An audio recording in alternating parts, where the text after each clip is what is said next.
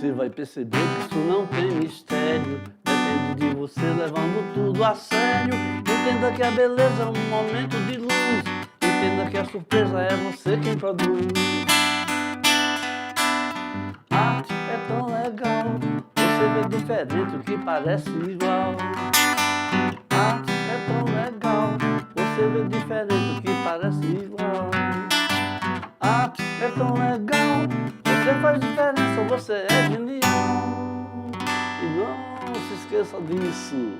Estudante, olha só, na nossa aula de hoje nós vamos ver muito assim sobre o barroco e sobre o rococó, o que remete à ostentação, ao exagero, e aí é através, talvez venha daí a ideia do funk ostentação, né? Vem essa ideia de Dubai.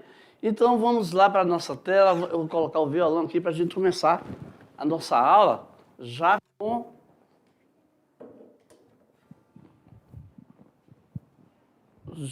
o tema, né? Aqui, ó, é a arte do Renascimento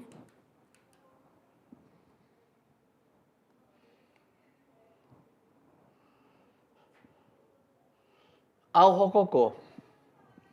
A segunda parte aqui. Aqui a gente vai falar bastante sobre o rococó, né? Vamos enfatizar. Então, no barroco, tem um pouco de dramatizações. E o rococó vai às últimas consequências com a ostentação. Então vamos ver os contextos e as características, ok? Para ilustrar, veja só, para você entender. Hoje acordei rococó, ou seja, no caso da garota aí, linda, leve, livre, solta, não é isso? Aí toda relaxando nesse balanço. Tem vários detalhes nesse quadro aí que nós vamos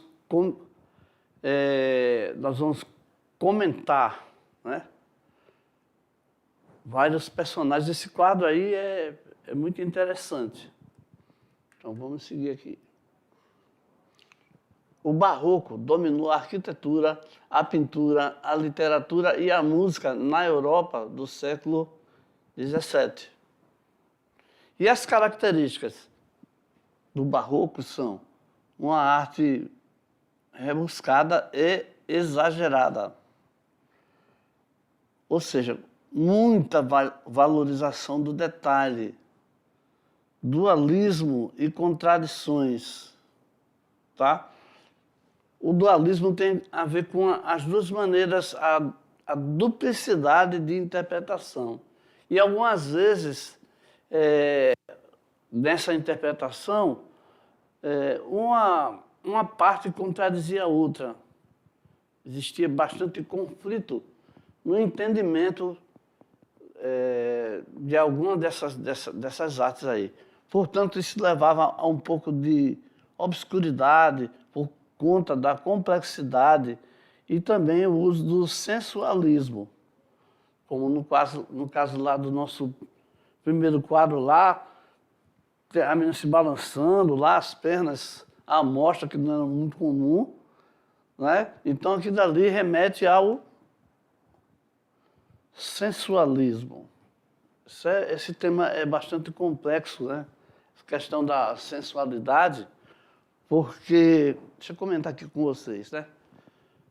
Nós temos que combinar que essa questão do sensualismo tem muito a ver com as outras pessoas, né? Muito mais do que com a própria pessoa.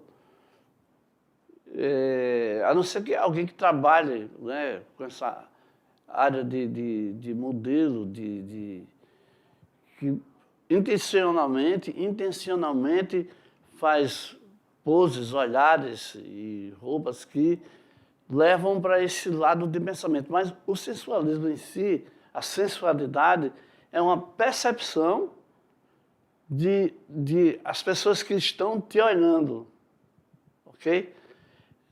Isso é um tema bastante complexo, isso.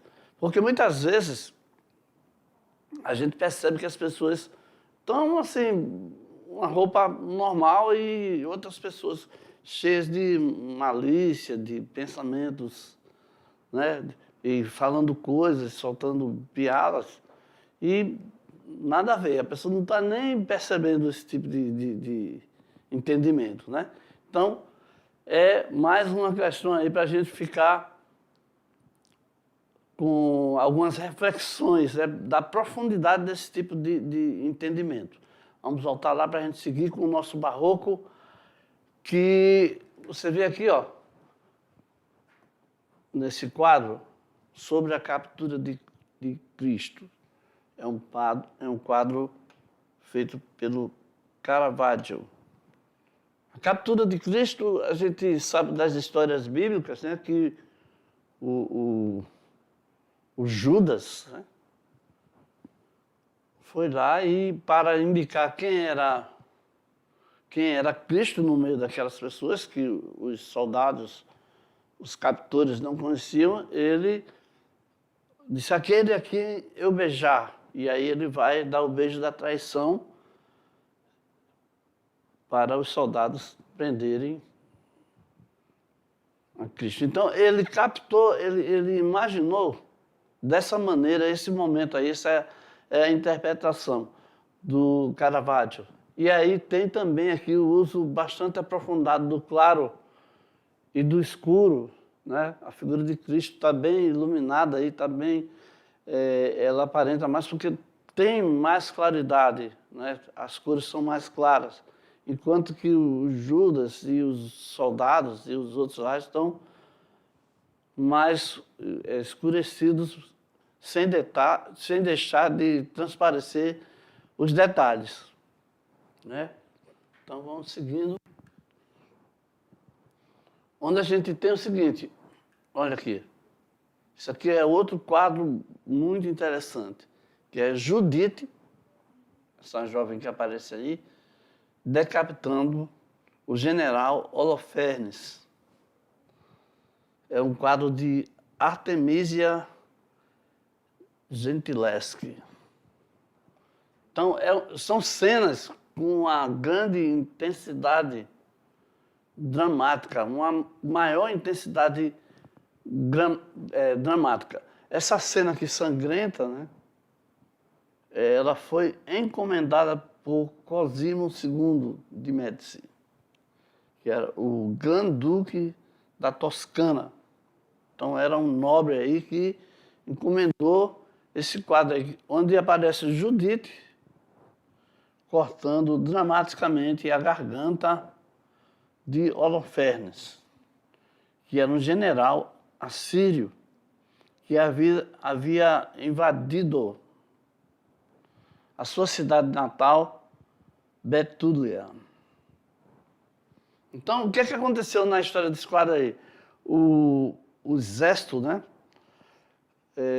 do general aí, o exército assírio, com seu general aí, o Holofernes, invadiu a cidade de Betúlia e a jovem Judite, com sua serva e sua grande beleza, ela seduziu o general e embebedou ele quando ele estava para lá de Bagdá, bêbado.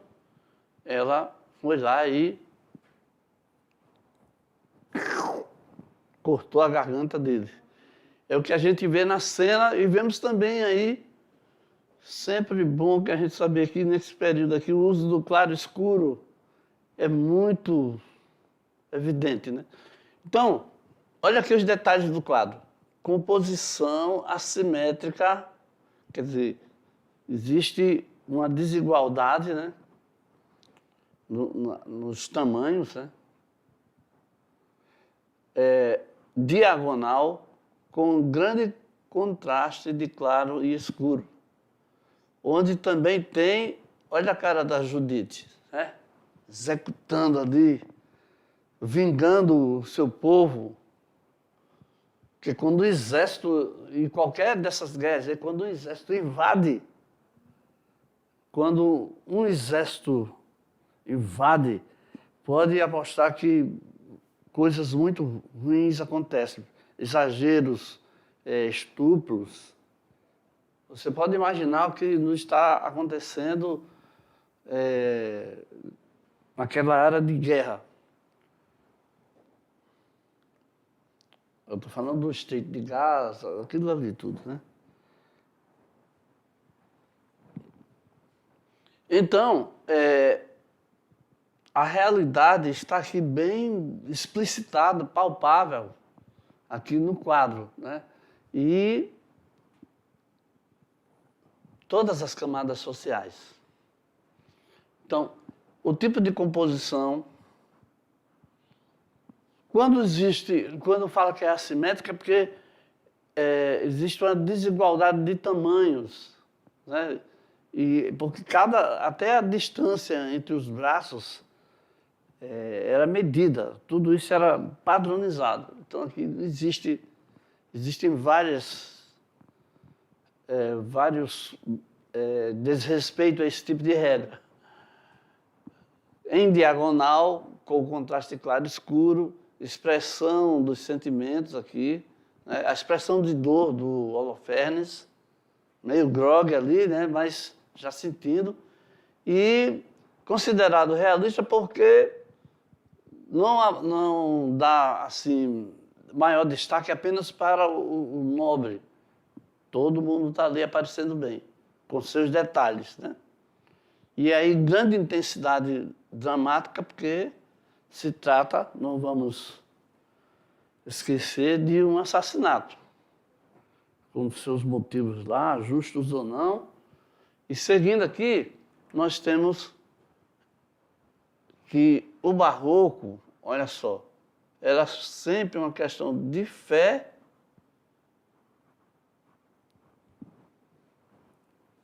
contra a razão.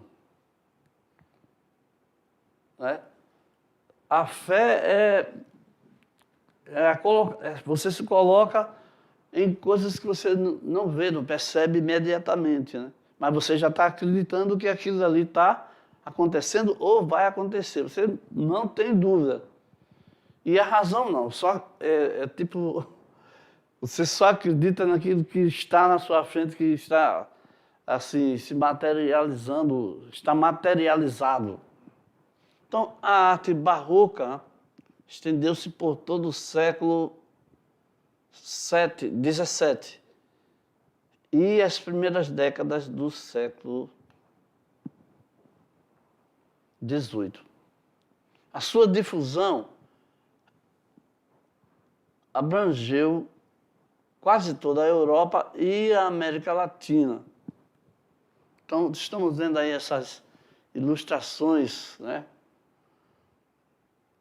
de alguns momentos, né, alguns quadros, algumas visões do que seria a arte barroca. Né? O barroco nasceu e desenvolveu-se na Roma dos papas. Então, na época de grande destaque da Igreja Católica. Era uma tendência comum a todas as artes. Já é renascença, já é uma reação à arte medieval. Então temos aqui, ó, A Moça com um Brinco de Pérola, que é um quadro do Johannes Vermeer, já é de 1665. Ela é considerada, assim, a Mona Lisa do Norte, ou Mona Lisa holandesa, porque o Vermeer é um pintor holandês. Então, a moça, esse quadro aqui, também possui um olhar enigmático, né, num fundo indeterminado. No caso da Mona Lisa lá do Leonardo da Vinci, ele colocou uma paisagem lá por trás, mas ele destacou somente a figura dessa moça aí, né? E mesmo assim, por causa do olhar, por causa da atitude, ela tem assim uma semelhança, um paralelo com a Mona Lisa, né? O equilíbrio da luz contribui para a áurea misteriosa da obra. Então, Johannes Vermeer capturou um momento cotidiano com uma jovem usando um lenço na cabeça e olhando de lado, como se algo a convocasse. Então ele, uma pessoa assim, que alguma coisa chamou a atenção, ela virou assim e pegou essa expressão aí, totalmente realista, muito bonita, né? Os detalhes do olhar, do rosto dela, do nariz, muito interessante. Seguindo aqui, é um exemplo, né, da arte barroca. A arte barroca conseguiu casar técnica avançada e o grande porte da Renascença com a emoção, a intensidade e a dramaticidade do maneirismo, fazendo do estilo barroco o mais suntuoso e ornamentado da história da arte. Então, era muito cheio de detalhes, né, a arte barroca. Enquanto os estilos abrangiam desde o realismo italiano ao exagero francês, o elemento comum era a sensibilidade e o absoluto domínio da luz para obter o máximo de impacto emocional. Então, a luz significa as figuras mais claras, mais perceptíveis, né? Porque é a luz que dá percepção a todas as figuras. Eu não posso deixar de pensar quando Deus disse haja luz, aí as coisas todas começaram a tomar formas, a aparecer perante os observadores, os olhos.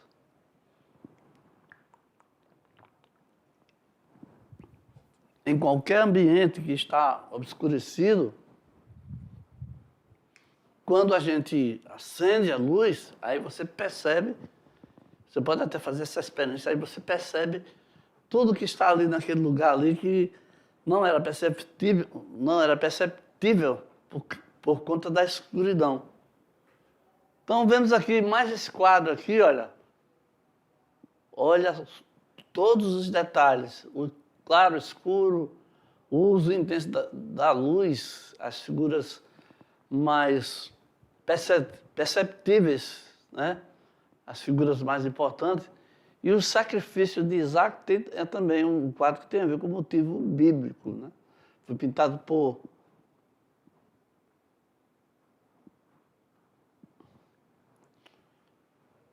Michelangelo, por Merci e também por Caravaggio. Mas nesse motivo aqui, em épocas diferentes. Então, o sacrifício de Isaac é aquela passagem bíblica onde Abraão recebe aquela ordem do anjo, né, para ele ir e sacrificar o seu próprio filho.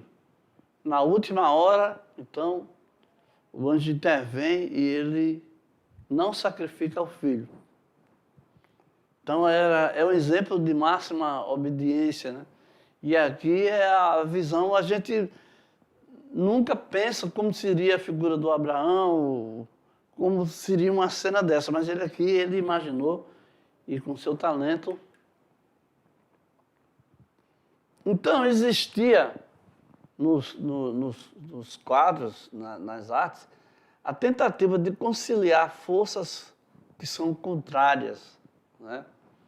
O bem e o mal, Deus e o diabo, o céu e a terra, a pureza e o pecado, a alegria e a tristeza, o paganismo e o cristianismo, o espírito e a matéria.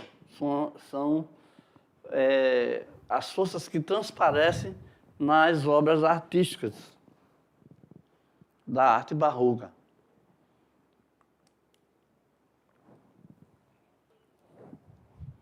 Na arte barroca predominam as emoções e não o racionalismo da arte renascentista.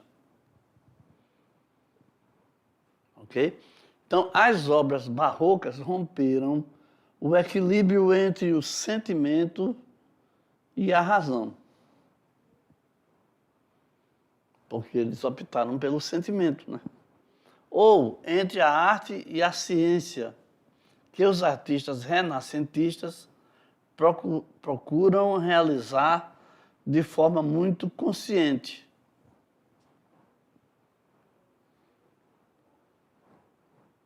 Então, seguindo aqui, vamos ver o barroco, como repercutiu, né? Como funcionou o barroco, o movimento barroco no Brasil. Teve início aí no final do século XVII, com destaque na arquitetura, na escultura, na pintura e na literatura. Então, deixa eu comentar aqui para vocês. O que acontece? Quando a gente fala com destaque em cada uma dessas artes aí, é porque artistas de muito talento fizeram seus trabalhos que ganharam grande destaque com essa influência do barroco, né? Com essa ideia desse estilo aí. Então, um dos maiores destaques vem para a literatura. Não quer dizer que não foram feitas obras em outras formas de arte, tá? Vamos entender melhor. Vamos voltar lá para a gente ver o que aconteceu na literatura. Então, logo no início, teve a publicação da obra Prosopopeia, do Bento Teixeira. E na escultura, isso aqui é na literatura, ok? Na escultura e na arquitetura, teve o nosso Aleijadinho, que foi um dos maiores artistas barrocos, com suas esculturas. E o contexto? O que está acontecendo no Brasil naquele tempo? Era o período colonial, ou seja, a exploração do ouro e o aumento da população propiciou um forte desenvolvimento econômico. Que a grande explosão, né, desse material aí, né, em Minas Gerais passou a ser considerada aí a capital do ouro. Então, inicia ali, estava em grande destaque o ciclo do ouro. E se expandiu com Aleijadinho na escultura e na arquitetura e o mestre Ataíde na pintura. Isso quer dizer também que muitas obras de arte foram revestidas de ouro, né? A influência, né? Todo o contexto passa a influenciar nas obras de arte. Vamos ver aqui, olha só, a igreja de São Francisco de Assis, em Ouro Preto, em Minas Gerais. É uma obra de Aleijadinho, não é? As figuras, os detalhes. Né? E o Santuário de Jesus, com Jesus carregando a Matozinhos.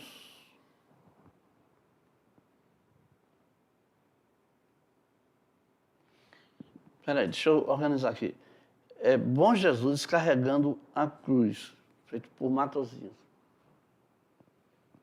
E aí já tem aqui essas figuras aqui que são, essas esculturas aqui é trabalho do grande Aleijadinho. Ok? Seguimos aqui então com o próximo movimento, que é o rococó. E isso é bem antigo, né? Você é do tempo do rococó. O rococó, com sua elegância e exuberância, floresceu nos séculos XVII e XVIII e era uma resposta ao estilo barroco. Alunos, estudantes, eu quero destacar aqui para vocês essa questão de um movimento, de um estilo se sobrepor ao outro.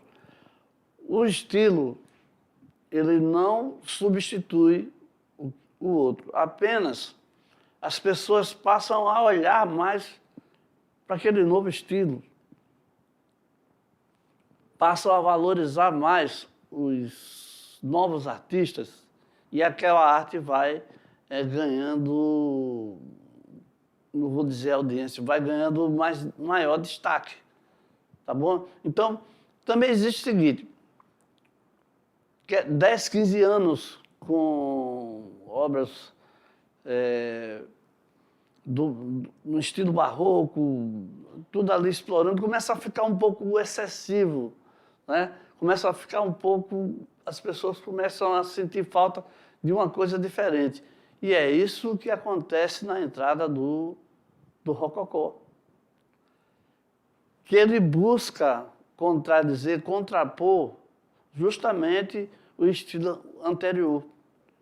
Sempre está acontecendo isso nas artes. Às vezes, uma nova ideia surge e outras vezes acontece do estilo surgir justamente, isso aqui, vou fazer diferente aqui. Olha aqui a diferença entre esse estilo e o outro. Então, vamos ver isso que eu estou falando, vamos ver do rococó em relação ao barroco.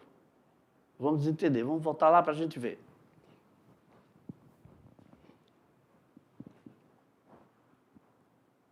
O rococó é inspirado pela natureza, conchas, folhas e curvas graciosas. O rococó é uma celebração da ornamentação e da leveza, né? As cores mais claras, né? Temos aí o rosa, o verde, né? Tudo, as luzes, né? O rococó se desenvolve contrário aos excessos do barroco. O barroco tinha muitos detalhes, apelando para a leveza e os coloridos suaves, né? Então, tons, cores, né? Mais claras, o rosa, né? Tudo mais ameno.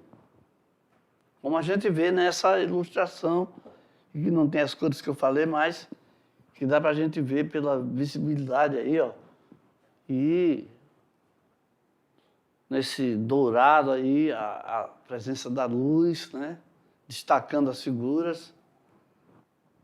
Muito interessante. Seguindo, nós temos também aqui, olha, aquele nosso primeiro quadro. Vamos conversar um pouquinho sobre ele. Então, o rococó é estilo artístico que surgiu na França. Mais um detalhe, tá? No século XVIII, como desdobramento do barroco. Ou seja, vamos corrigir aqui o que tem de exagero, né? Então, os artistas começam a fazer coisas diferentes para que sua arte seja reconhecida, seja notada. Então, as cores luminosas e suaves, o uso de linhas leves e os temas dos quadros, a natureza, a vida cotidiana e as relações humanas. E tem a representação da vida profana da aristocracia, ou seja, os ricos, com sua vida e com seus costumes, com seu desrespeito a alguns modos, né? Então, nesse quadro aqui, que ele é o balanço, né, de Jean Honoré Fragonard. Tem aqui vários detalhes. Olha aqui as pernas da moça aparecendo. Olha aqui. Aqui tem uma pessoa que está empurrando o balanço dela. É o marido, né? E aqui tem uma outra pessoa aqui, escondida, e sendo indiscreto, olhando lá para a roupa levantada, um pouco levantada aqui. E tem vários outros detalhes que é bom você pesquisar e você vai entender como o artista, né, ele cuidou de mostrar várias curiosidades na composição do seu quadro. E veja também que no uso do claro-escuro, ele destacou com a luminosidade a jovem esposa aqui deste senhor, né? Que todos eles também têm são conhecidos, né? E aí ele fez esse quadro que ficou belíssimo, que ficou muito interessante, despertou muita polêmica e muita curiosidade. Se você quiser saber mais, tente pesquisar sobre o balanço de Jean-Honoré Fragonard. Eu falei aqui por cima, mas é uma história bem interessante, vale a pena conferir. E aí, seguindo, nós temos o seguinte, os rococós desta igreja ficaram famosos. Os desenhos, as pinturas.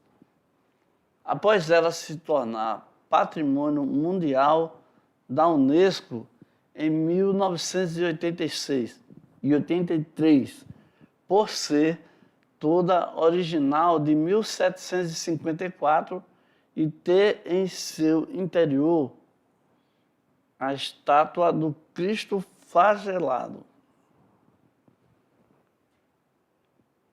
Temos também a igreja de Wies, ou Wies Christ, na Baviera, na Alemanha, né?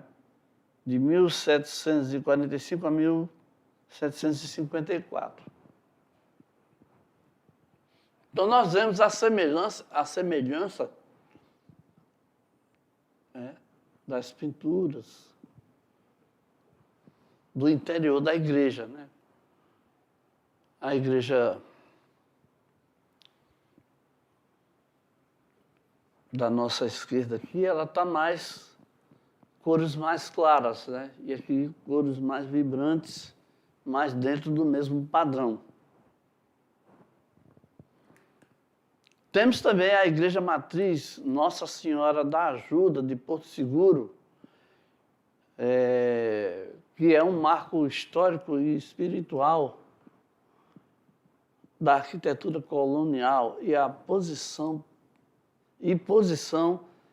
proeminente na cidade alta de Porto Seguro, lá na cidade baiana. E o Museu do Descobrimento do Brasil, né, instalado numa estrutura que foi prisão no século XVII, um conjunto arquitetônico e cultural do centro histórico da cidade de Porto Seguro. Então, estamos vendo aí o estilo. Temos também a Catedral da Sé, Catedral, que é uma homenagem à Nossa Senhora da Vitória. Era mais conhecida como Catedral da Sé. O que deixa todos de boca aberta é o retábulo do altar do altar mor. Eu estou errando várias palavras. Todo revestido de ouro. Então, o retábulo é uma peça normalmente feita de madeira. Né? Só que esse aqui, no caso da Catedral da Sé, ele é todo revestido de ouro. Essas igrejas aí, elas precisam ter sempre uma vigilância, né, uma proteção, porque algumas delas foram roubadas, né? As pessoas não respeitam mais, né, não tem mais aquela fé. Mas essa daqui continua lá, graças a Deus. Olha que beleza, olha que riqueza. Uma igreja dessa deve ser, eu não conheço pessoalmente, mas deve ser maravilhoso. Deve ser muita imponência, né? Então, vamos ver aqui as características do rococó. Então, não esqueça o uso das cores, né, luminosas e suaves, o rosa, o verde, né, em contraposição às cores fortes do barroco. Né? Então, nada de cores de rosa claro, de verde, leve, tudo era cor mais forte. O estilo artístico era marcado pelo uso de linhas leves, sutis e delicadas. A utilização de linhas curvas, o uso de temas da natureza, pássaros, flores delicadas, plantas, rochas, cascatas de água. O uso de temas relacionados à vida cotidiana e relações humanas. E também a representação da vida profana da aristocracia. Então, aquela cena lá do balanço é um belo exemplo dessa composição, né, característica do rococó. Então, mais uma vez aqui, olha, mais detalhes aqui sobre o balanço do Honoré. Aqui. Os felizes acidentes do balanço, é um nome todo do quadro, né? É uma pintura do rococó, apresenta uma jovem senhora no vestido rosa, olha o rosa, balançando alto, empurrada pelo seu crédulo marido, ai meu Deus, eu nem queria falar isso, observada por um admirador escondido, olha aí a verdade aparecendo, né? Então, o marido está aqui sem perceber nada, que tem um amante, um admirador ali. Então, é um tema profano, banal, cotidiano, né, da vida das pessoas. Né? E esse quadro encontra-se guardado na Wallace Collection, em Londres. Esta pintura é admirada por sua elegância, espírito prático e leve erotismo, porque o vestido dela levanta um pouco aí aparece um pouco das pernas, aí, meu Deus, foi um auê, um escândalo. Nas diferenças entre o barroco e o rococó, nós temos que as cores fortes são substituídas por cores leves e vivas. O branco e os tons de rosa, azul e verde e de tom pastel. As linhas retorcidas que expressam emoções humanas dão lugar a formas leves e delicadas. Tá? A forte religiosidade barroca é substituída por cenas graciosas, valorizando a representação de ambientes luxuosos, parques, jardins, retratando a vida da nobreza francesa.